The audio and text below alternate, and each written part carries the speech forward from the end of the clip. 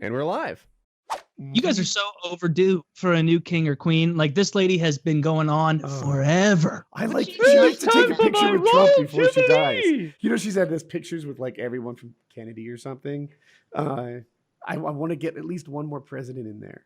He's going. Oh, do you know the controversy around that? The big visit to England? I do. Have you heard about? Lay it out though. Oh man, so Trump, they have this thing. I don't know the exact phrasing, but they have a real fancy coronation kind of thing where the president comes over and they really roll out the red carpet and the queen meets with you and everybody's in those damn carriages with horses and it's like a royal and state visit and they've offered. Yeah, they've invited Trump over. And they invited the last two presidents over, not quite so early in their terms, of course, but they did. And there's a big hullabaloo, of course, over there with lots of what do you call your senators? Those silly guys with the wigs. MPs, all those assholes are like, a lot of them don't want him to come, period, and a lot of them don't want them. Trump currently is slated to address the British Parliament. And they don't want him coming in the parliament chambers and talking to them. They don't want that. But it looks like it's going to go through no matter what. And of course, it'll be a shit show that everybody on the planet watches. I read that they're pushing off his thing to when Parliament is in recess so that nobody will be embarrassed. Yeah, interesting. And which is funny because Parliament in England is like theatre. I mean, it's what my learned friend is saying is he's a complete moron, you know, and everyone's like, ah! You know, I don't know if anyone's ever watched Parliament, but there's jeering, there's laughing, there's mocking. Like It is so much better than C-SPAN here. We have a bunch of assholes not doing anything. I watched the clip. It must have been Maggie Thatcher or someone.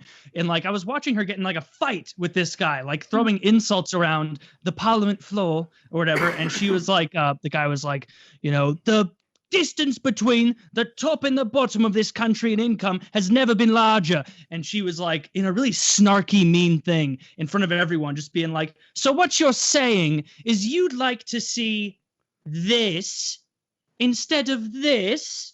Is that what you're saying? And being like a smarmy cunt, being like, so you want everybody to be poorer? And there were actually people like laughing at this guy in the middle of this, where it was like, man, this is a lot more fun. Why didn't we bring this the fun part? Yeah, it's vicious. Is it a prime minister? Who's on top in the UK?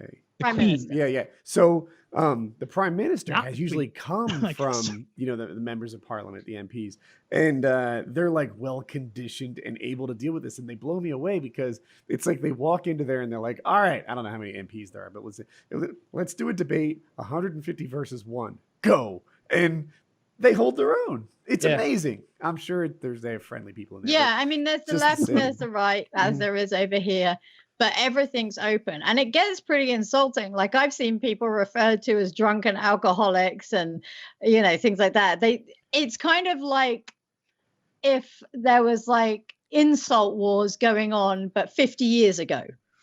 No, like there's never really swearing, but it's like what my learned colleague is implying. I think he had a little too much to drink last night, a little bit too much tipple. You know, that is very passive aggressive insults. Yeah, they're calling them learned as a passive-aggressive insult. Yeah, you know? learned like colleague. My learned colleague over here.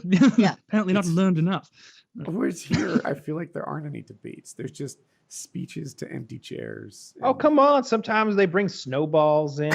They bring, they'll bring. Sometimes they sit. Yeah, they'll bring in. They'll bring in visual aids. Like remember when Netanyahu came and he had that like old school cartoon bomb that's like a bowling ball with a fuse coming out of the top with a RAN written under it, and he like showed that it was 3/4 full, or it was like 98% full. He's like, they only need this much more, and it's like, come on, they're not pouring jelly beans in a jar over there. They're fucking enriching uranium and mastering intercontinental ballistic missile technology. Guess the amount of jelly beans, or we take the West Bank. But Bernie Sanders brought in like a tweet this big. You know, it was like 4 feet wide from Trump, where he said that I guess he was going to save Medicare or something. I couldn't figure out how to screenshot the tweet. I had my young grandson bring in the entire thing. I had difficulty reading. He printed it out on a standard 8.5 by 11, and I said, "Son, I can't read this. Go get it bigger." I went out to Kinko's for me. I struggled on the bus on the way here with it.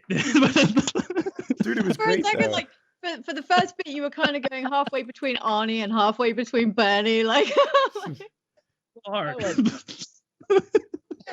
Oh, that's I just remembered that picture of him standing there with that big tweet like such an idiot. Like, I'm sure they have a projector. You could have just emailed it to him, man. Like, they could have put that up there. But no, he's got to go out there with the fucking clearinghouse check. How much that cost? How much did that cost for him to get that I blown think up you're in incredibly teacups? biased. I think he fucking nailed Trump and made him an ass. I think that I don't know what I'm talking about what he's saying. I'm saying bringing the big tweet on the I am poster board too. in. I'm saying that It's like poster board, science like fair. you can say Trump tweeted this, or you can show it, right? And there it is with all the retweets and all that shit under it. And I thought, like, you know, it is impossible for Trump to do anything but either keep his campaign promise or obviously be a lying sack of shit. You got to go Tony Stark on this. No, you're not. No, hang on. You got to go Tony Stark with this. I'd have came in there and I'd have put some tiny little piece of electronics down on the fucking table and pressed a button, and it would have projected Trump's tweet up on the wall, like in 4K, huge as fuck on the back of the wall over there. He brought in a poster board. Like that was silly. That was almost as silly as the guy who brought the snowball, I thought. Which is supremely silly. The guy who brought the snowball and threw it and it was like, global warming's bullshit. You see, I have snow here. I mean, that was pretty I didn't compelling. even know that happened. So that's pretty funny. Yeah, that happened. Our You politicians should have built a snowman at least. Like, I feel like a snowball's really half-assed. Like I Imagine him- feel if Bernie can bring a check or a tweet that's this big on public transport, I imagine he took out like 50 people on the bus on the What do you way call that there. test? And this guy should have bought more than a freaking snowball. What do they call that? How many test that times they he give- was running down the hallway with the snowball and he'd get like almost to the floor and be like, fuck, this stuff's going to be compelling. Back to the fucking yard. He's bringing it progressively bigger and bigger so it'll still be there. Sorry, in my head, it's a very funny scene.